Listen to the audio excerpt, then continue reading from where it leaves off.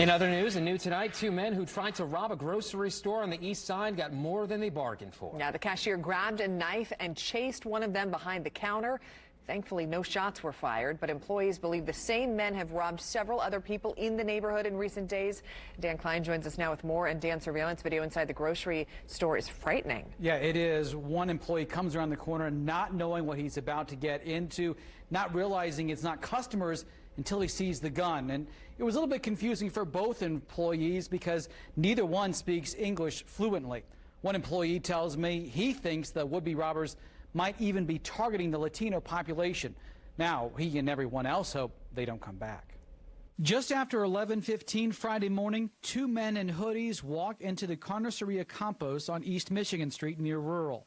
One quickly points a gun at the female cashier. The other one seems to be carrying a box for the money. Seconds later, Freddie Amilcar walks around the corner and takes a bit to realize the grocery store is being robbed. That's when he sees the gun.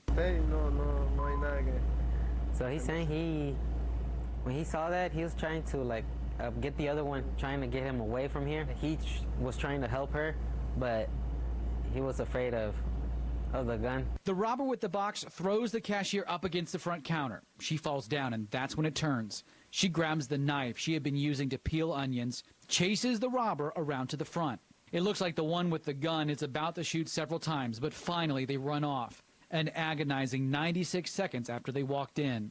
So he's saying it was a brave thing, a good thing, because that chased them away. Because he's saying if that wouldn't happen, they would have done something more worse.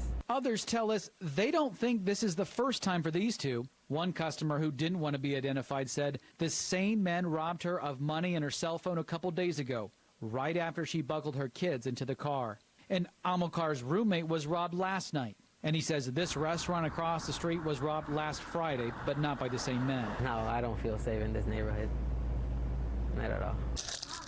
Alex Zapata believes the robbers are specifically choosing Latino victims. I think it is. Some are scared of being deported. If they call the police, they're afraid to talking to them. But IMPD says they're not interested in a victim's immigration status. They're only interested in solving crimes. Police came here Friday, but were unable to find the robbers in this case.